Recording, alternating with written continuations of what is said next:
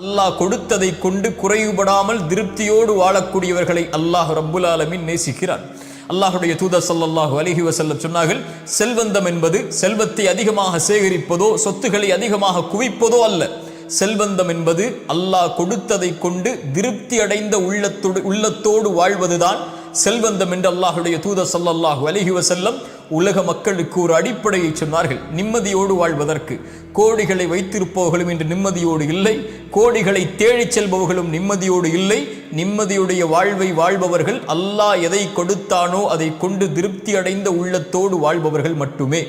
இந்த அல்லாஹுடைய தூதர் ஸல்லல்லாஹு அலைஹி வஸல்லம் சொன்னார்கள், ஆதமுடைய மகனுக்கு ஒரு ஓடை தங்கம் கிடைத்தாலும் இரண்டாவது ஓடை வேண்டும் என்றுதான் ஆசைப்படுவான்.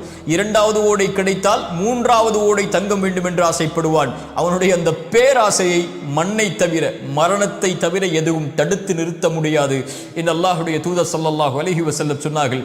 அதனால்தான் அல்லாஹ்வின் அருட்கொடையை புரிந்து கொள்வதற்கு ஒரு நியதியை சொன்னார்கள். தூதர், உங்களுக்கு மேலுள்ளவர்களை பார்க்காதீர்கள், உங்களுக்கு கீழ் உள்ளவர்களை பாருங்கள், அப்போதுதான் அல்லாஹ்வின் அருட்கொடையை நீங்கள் உணர்ந்து கொள்ள முடியும் என்று அல்லாஹுடைய தூதர் ஸல்லல்லாஹு அலைஹி வஸல்லம் அவர்கள் சொன்னார்கள்.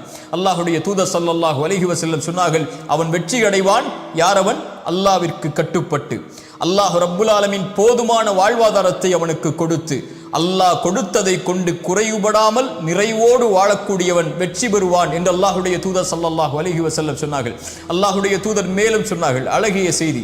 ஒரு நாள் காலையில் ஒருவன் எழுந்திருக்கிறான், பாதுகாப்பான நிலையில் 3 வேளை உணவு அவனுக்கு இருக்கிறது, அன்றைய உணவு இருக்கிறது, ஆரோக்கியமான உடல்நிலையை அல்லாஹ் கொடுத்திருக்கிறான். இவன் யார் தெரியுமா? 3 வேளை உணவு, ஆரோக்கியம், பாதுகாப்பு, இந்த 3ம் ஒருவனுக்கு கொடுக்கப்பட்டால் அவன் அதை கொண்டு திருப்தி அடைந்து விட்டால் ஒட்டுமொத்த உலகமும் அவனுக்கு கிடைத்ததை போல் என்று அல்லாஹுடைய தூதர் ஸல்லல்லாஹு அலைஹி வஸல்லம் அவர்கள் சொல்கிறார்கள். இன்று மனிதன் அது இல்லை இது இல்லை, எனக்கு அல்லாஹ் அதை கொடுக்கவில்லை இதை கொடுக்கவில்லை என்று அல்லாஹ் கொடுத்ததை மறந்து விடுகிறான். தூதர் ஸல்லல்லாஹு அலைஹி வஸல்லம் யாரை முன்னுதாரணமாக சொல்லுவது?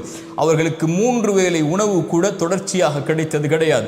2 நாள் தொடர்ச்சியாக அவர்களுடைய வீட்டில் அடுப்புகள் எரிக்கப்படுவது கிடையாது. 2 நாள் அவர்களுக்கு ரொட்டி துண்டும் எண்ணெயும் அவர்களுக்கு உணவாக கூட கிடையாது. பசிக்காக வயிற்றில் 2 கல்லை சுமந்து அந்த பசியை கட்டுப்படுத்தி வைத்திருந்தவர்கள். அல்லாஹுடைய தூதர் ஸல்லல்லாஹு அலைஹி வஸல்லமுடைய வாழ்க்கை இப்படி வறுமையிலும் ஏழ்மையிலும் பசியிலும் இருந்தாலும் இரவு ஆனால் சொல்லுவார்கள், யா அல்லாஹ், எனக்கு உணவளித்தாய் நன்றி, எனக்கு தண்ணீரை கொடுத்தாய் நன்றி, பாதுகாப்பை கொடுத்தாய் நன்றி. எத்தனையோ மக்கள் உணவில்லாமல் தாகத்தில் பாதுகாப்பில்லாமல் தவித்துக் கொண்டிருக்கும் போது எனக்கு இதை நீ கொடுத்ததற்கு நன்றி யா அல்லாஹ் என்று அல்லாஹுவை நிறைவுபட வாழ்ந்தார்கள். எத்தனையோ கவலைகள் சூழப்பட்டது, எத்தனையோ பிரச்சனைகள் சூழப்பட்டது, எத்தனையோ போர்க்களங்கள் சூழப்பட்டது, ஆனால் திருப்தி அடைந்த உள்ளத்துடைய வாழ்வை அல்லாஹுடைய தூதர் வாழ்ந்தார்கள். அவர்களைப் போல் மகிழ்வுற வாழ்ந்து மறைந்த ஒரு மனிதன் இந்த பூமியில் இல்லை. அல்லாஹுடைய தூதர் ஸல்லல்லாஹு அலைஹி வஸல்லம் சொன்னார்கள், அதனால்தான் ஜிப்ரீல் வந்து என்னிடத்திலே சொன்னார், 5 விஷயங்கள், எதை வேண்டுமானாலும் செய்து கொள்ளுங்கள், ஒரு நாள் மரணித்து விடுவாய். யாரை வேண்டுமானாலும் நேசித்துக்கொள், அந்த உறவை ஒரு நாள் பிரிந்தே தீருவாய். எதை வேண்டுமானாலும் செய்து கொள், செயல்களில் நன்மையோ தீமையோ அதனுடைய கூலியை பெற்றே தீருவாய். இரவு வணக்கம்தான் ஒரு இறை நம்பிக்கையாளனுடைய கண்ணியம். ஒரு இறை நம்பிக்கையாளனுடைய கண்ணியம் மதிப்பென்பது மனிதர்களை விட்டு தேவையற்று வாழ்தல் தான் என்று அல்லாஹுடைய தூதர் ஸல்லல்லாஹு அலைஹி வஸல்லம் அவர்கள் சொன்னார்கள். ஆம், இந்த உலகில் எல்லோரும் எம்மை விட்டு ஒரு நாள் பிரிந்து விடுவார்கள். பிரிவதோடு மட்டுமல்லாமல் எல்லோரும் ஒரு நாள் எம்மை மறந்து விடுவார்கள். செல்வத்தை சேகரிப்பதற்காக ஓடலாம், சொத்துக்களை குவிப்பதற்காக ஓடலாம், உறவுகளுக்காக வாழலாம், நண்பர்களுக்காக வாழலாம், பிள்ளைகளுக்காக வாழலாம், அதற்காக ஒட்டுமொத்த வாழ்வையும் கழிக்கலாம். ஆனால் நாம் மரணித்து விட்டால் எம்மை எப்போது மறப்போம் என்று அவர்கள் காத்து கொண்டிருப்பார்கள். யாராவது எம்மை நினைவுபடுத்தினால் கூட வேண்டாம், எனக்கு கவலை வந்துவிடும், அவரை பற்றி பேசாதீர்கள் என்று தவிர்த்து விடுவார்கள் நபித்தோழர்கள். அதனால் தான் மன்னரைகளை பார்த்து சொல்லுவார்கள், எதை எடுத்து சென்றீர்கள் இந்த உலக வாழ்வில்? உங்களுக்காக செல்வத்தை சேகரித்தீர்கள் என்று அதை யாரோ பயன்படுத்துகிறார்கள் என்று. அப்படித்தான் செல்வத்தை அவன் சேகரிப்பதற்காக வாழ்வை கழிக்கிறான், இன்னொருவன் பயன்படுத்துகிறான். உங்களுக்காக வீடு என்று அதில் யாரோ தங்குகிறார்கள். உங்களுக்கான மனைவி என்று ஒரு பெண்ணை வைத்திருந்தீர்கள், நீங்கள் மரணித்ததற்கு பிறகு அவர்களும் வேறு ஒருவரை திருமணம் முடித்து விட்டார்கள். உங்களுக்கென்று மனிதா இந்த உலக வாழ்வில் எதை எடுத்து சென்றாய்? பேராசையோடு உலகத்தில் வாழ்ந்தாயே என்று நபித்தோழர்கள் மன்னரைகளை பார்த்து கேட்பார்கள். அல்லாஹுடைய தூதர் ஸல்லல்லாஹு அலைஹி வஸல்லம் அவர்கள் ஒரு அழகிய செய்தியை சொன்னார்கள், மனதில் வையுங்கள், எந்த ஒரு ஆத்துமாவும் இந்த உலகத்திலே மரணிக்காது, அல்லாஹ் கொடுத்த வாழ்வாதாரத்தை முழுமையாக்காமல், அல்லாஹ் ரப்புல் ஆலமீன் உங்களுக்கு கொடுக்க இருப்பதை அழகிய முறையில் அல்லாஹ் அனுமதித்த முறையில் தேடுங்கள். உங்களை பேராசை மிகைத்து அல்லாஹ் தடுத்த முறையில் ஒருபோதும் வாழ்வாதாரத்தை தேடிவிடாதீர்கள். அல்லாஹ்விடத்தில் இருப்பதை அவன் அனுமதித்த முறையில்தான் அவனிடத்திலிருந்து பெற்றுக்கொள்ள முடியும்.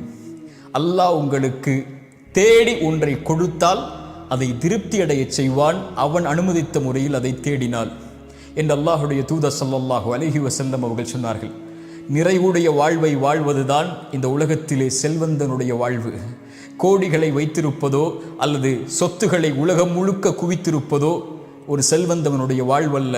இந்த உலக வாழ்வில் வாழும் போதும் மரணிக்கும் போதும் நிம்மதியோடு அல்லாஹ் கொடுத்ததை கொண்டு திருப்தி அடைந்து அல்லாஹ்வின் மீது நல்லெண்ணத்தோடு குறைவுபடாமல், யா அல்லாஹ் எனக்கு நீ எந்த குறைவும் எதிலும் வைக்கவில்லை என்று, அல்லாஹ் எதை கொடுத்தாலும் கொடுக்கவில்லை என்றாலும் திருப்தி அடைந்து வாழக்கூடியவர்களை அல்லாஹ் ரப்புல் ஆலமீன் நேசிக்கிறான்.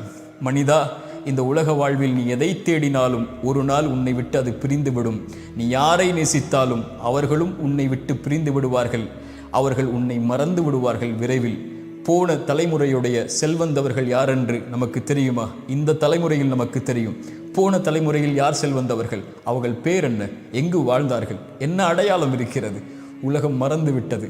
ஆனால் யாரை உலகம் நினைவு கூறும் தெரியுமா? படைத்த இறைவனுக்கு நன்றியோடு வாழ்ந்து அல்லாஹ் கொடுத்ததை கொண்டு திருப்தி அடைந்து அல்லாஹ் கொடுத்ததிலிருந்து உலகம் பயனுற கொடுத்து வாழ்ந்தவர்களை உலகம் இருக்கும் வரை நினைவு கூறும். அல்லாஹ் ரப்புல் ஆலமீன் அப்படிப்பட்ட உள்ளத்தை எமக்கு தருவானாக. அஸ்ஸலாமு அலைக்கும் வரஹ்மத்துல்லாஹி